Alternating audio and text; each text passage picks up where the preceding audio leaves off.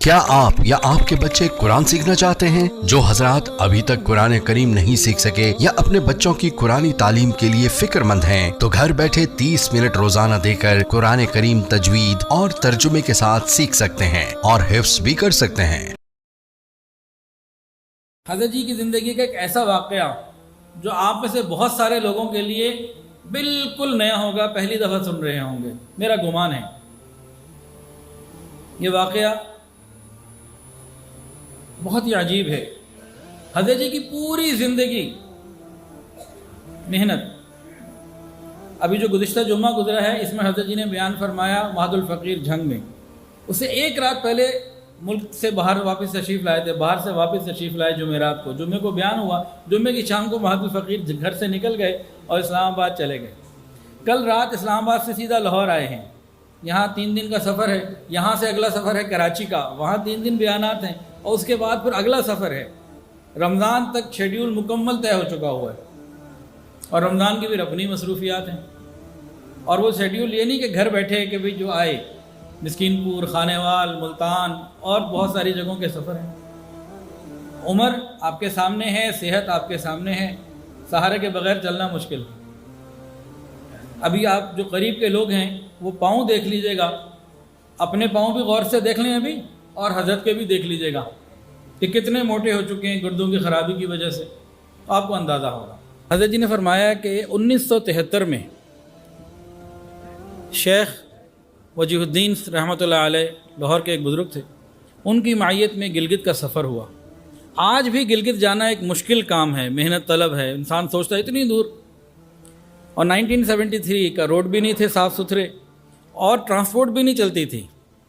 پھر جھنگ سے لے کے گلگت تک ان پہاڑی علاقوں میں، میدانی کی بات نہیں کر رہا، پہاڑی علاقوں میں نہ کوئی سائیڈ میں کینٹین، نہ کوئی ایسے ضروریات زندگی کی چیزیں ملنا، ایسا بھی کچھ نہ تھا۔ تو حضرت فرماتے ہیں کہ ہم لوگ پہلے تو بشام پہنچے، بشام سے لے کے گلگت کا سفر اس زمانے میں 1.5 دن میں تقریباً ہوا، اور وہ کیسی گاڑی تھی؟ ٹرک، جس میں سامان لوڈ ہو کے جاتا تھا۔ تو سامان بھی ہے، اوپر کچھ بندے بھی بیٹھ گئے، اور جھٹکے اتنے کہ 1.5 دن تو بہت دور کی بات، 1-1.5 گھنٹے کے اندر ہی اندر سے پوری جو ہے نا ہڈیاں ہل جاتی تھیں۔ یہ سفر کر کے بہرحال وہاں پہنچے۔ شیخ وجیہ الدین رحمۃ اللہ علیہ نے ایک مدرسہ بنانا تھا، تو وہاں گلگت سے آگے ایک جگہ استور، وہاں پہ پھر اس کے لیے کام ہوا، اور تفصیلات اور ہیں۔ تو حضرت فرماتے ہیں کہ وہاں انہوں نے لکڑی کی چھت ڈالنی تھی۔ چھت وہ چاہتے تھے ایسی ہو کہ دوسروں سے جو ہے نا کسی گرجے سے اس طرح کی مشابہت نہ آتی ہو، اور ادھر برف پڑتی ہے تو 1 میٹر اور 1.5 میٹر بھی برف پڑ جاتی ہے کبھی کم و بیش۔ تو حضرت فرماتے ہیں کہ شیخ وجیہ الدین رحمۃ اللہ علیہ نے مجھے حکم دیا، فرمایا کہ جاؤ بھائی آپ جائیے اور شہتیر اور لکڑی لے کر آئیں۔ تو فرمایا کہ 100 فٹ کے درخت اس وقت ملے تو 15 روپے کا ایک درخت اس زمانے میں اس مسجد کے لیے خریدا۔ پھر مسجد کی تعمیرات کے واقعات ہوئے۔ اس کے بعد جب سارے کاموں سے فارغ ہو کے واپسی کا سفر شروع کیا نا، تو واپسی کا سفر پہلے سے زیادہ عجیب ہو گیا۔ ٹرانسپورٹ تو کوئی نہیں، جو لوکل ٹرانسپورٹ چلتی ہے، کوئی جیسے آج ڈیوو چلتی ہے، اسی طرح ٹرک پہ جانا تھا۔ تو کہتے ہیں چند لوگ ٹرک پہ سوار ہو گئے کہ اب واپس شہر پہنچنا ہے۔ تو راستے میں ایک پل آتا تھا، وہ پل ٹوٹ گیا۔ اس پل تک پہنچنے، جب اس پل پہ پہنچے ہیں تو پتہ لگا وہ پل ٹوٹ چکا ہے، پہلے سے ٹوٹا ہوا تھا۔ ان حضرات نے 36 گھنٹے وہاں اس پل پہ، اس پل کی مرمت کا انتظار کیا۔ فوج آتی تھی، اس نے وہ اس طرح کے جب حادثے ہو جاتے تھے تو پل بنانے ہوتے تھے، تو جیسے حالات جنگ میں، ایمرجنسی کے حالات میں بنائے جاتے ہیں، تو لوہے کا پل بننے میں تقریباً 36 گھنٹے لگے۔ 36 گھنٹے اسی ٹرک پہ یا ارد گرد انتظار کیا، نہ کھانے کو کچھ نہ پینے کو کچھ۔ اچھا 36 گھنٹے کے بعد جناب ٹرک جو ہے وہ تیار ہوا، جب روڈ بن گیا اور وہ عارضی پل بنا دیا گیا، تو حضرت فرماتے ہیں کہ ہم لوگ چلے۔ اب ٹرک ڈرائیور نے پل تو کراس کر لیا، تھوڑا سا آگے چل کے کہتا ہے اب مجھے نیند اتنی آ رہی ہے، تھکن اتنی ہو گئی ہے، اب میں جب تک چند گھنٹے سو نہ جاؤں میں نہیں چلا سکتا۔ اس نے تو ٹرک سائڈ پہ لگایا اور کہیں بھی لیٹ گیا۔ حضرت فرماتے ہیں کہ شیخ وجیہ الدین رحمۃ اللہ علیہ نے فرمایا کہ بھئی کوئی آرام کی جگہ دیکھی جائے، تو جب جگہ تلاش کی تو ایک کہف نظر آیا، ایک بڑی غار. تو وہاں یہ حضرات آرام کے لیے تشریف لے گئے کہ چلو چند گھنٹے ہم بھی لیٹ جائیں. فرماتے ہیں کہ بھوک اتنی تھی کہ اب نیند بھی نہ آئے، بے آرامی بھی تھی، نیند بھی تھی، بھوک بھی تھی. لیٹ گئے لیکن بھوک کی شدت کی وجہ سے نیند نہ آئے.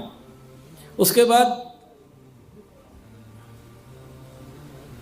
فرماتے ہیں کہ شیخ وجی الدین صاحب نے فرمایا کہ بھئی کوئی ذرا جاؤ نا، کچھ تلاش کر کے کچھ کھانا وغیرہ لے کر آئیں. حضرت فرماتے ہیں کہ میں نیچے اترا، بھوک کی حالت بھی تھی، کمزوری بھی تھی، لیکن بہرحال اب اس کمزوری کا علاج ہی تھا کہ کچھ ملے. کوئی کینٹین نہیں، کوئی اور چیز نہیں. فرماتے ہیں کہ میں چلتا رہا. تھوڑی دیر بعد ایک پہاڑی کے اوپر مجھے ایک مکان نظر آیا چھوٹا سا. میں خیر چڑھ کے ادھر گیا، جا کے دروازہ نوک کیا. جیسے ہی دروازہ نوک کیا تو سامنے سے کوئی خاتون آ گئی. حضرت الحمدللہ نگاہوں کی حفاظت زندگی بھر رہی، تو نگاہوں کی حفاظت کے ساتھ نیچے دیکھتے رہے اور اس سے اپنی زبان میں روٹی کہتے رہے اور وہ اپنی سمجھتی رہی. کیا سمجھی؟ کچھ حضرت نے ان کی زبان میں بھی بات کرنے کی کوشش کی، لیکن بہرحال ابھی یہ بات چیت ہو رہی تھی کہ وہ مرد باہر آ گیا جو صاحب خانہ تھا نا. اس نے دیکھا میرے گھر کے دروازے پہ غیر محرم کھڑا ہوا ہے. اس کو تو کچھ سمجھ میں آئی نہ آئی. حضرت فرماتے ہیں کہ وہ اندر گیا، رائفل نکال کے لے آیا. اس کو بڑا غصہ تھا کہ یہ کیا ہو گیا، اور بڑے غصے کے ساتھ اس نے حضرت سے بات چیت کرنا شروع کیا. حضرت فرماتے ہیں کہ مجھے اس کی بات تو سمجھ میں نہیں آ رہی کہ وہ زبان اور تھی، لیکن بڑا ناراض تھا. وہ گالیاں دے رہا تھا یا غصہ کر رہا تھا، کیا کر رہا تھا، بس وہ بول ہی جا رہا تھا. حضرت فرماتے ہیں کہ میں خاموش ہوں، اور اتنے میں اللہ نے مدد کیا دی.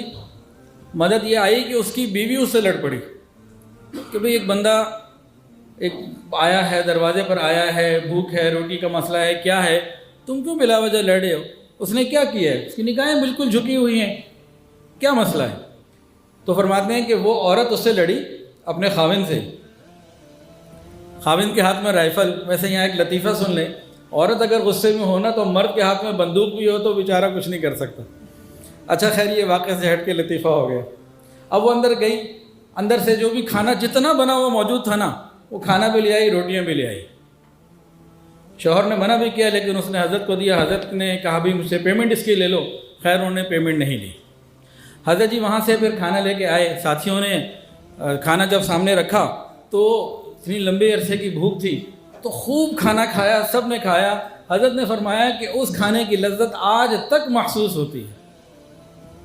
قربانیاں دیں گے تو آگے معاملہ بنتا ہے کہ 36 گھنٹے پہلے پھر باہر نکلنا، وہاں تک آنا جانا، اس میں بھی کچھ وقت لگا ہوگا. اتنے وقت کے بعد جب اللہ کے راستے میں روٹی کھانے کو ملی، فرمایا اس کی لذت آج تک محسوس ہوتی.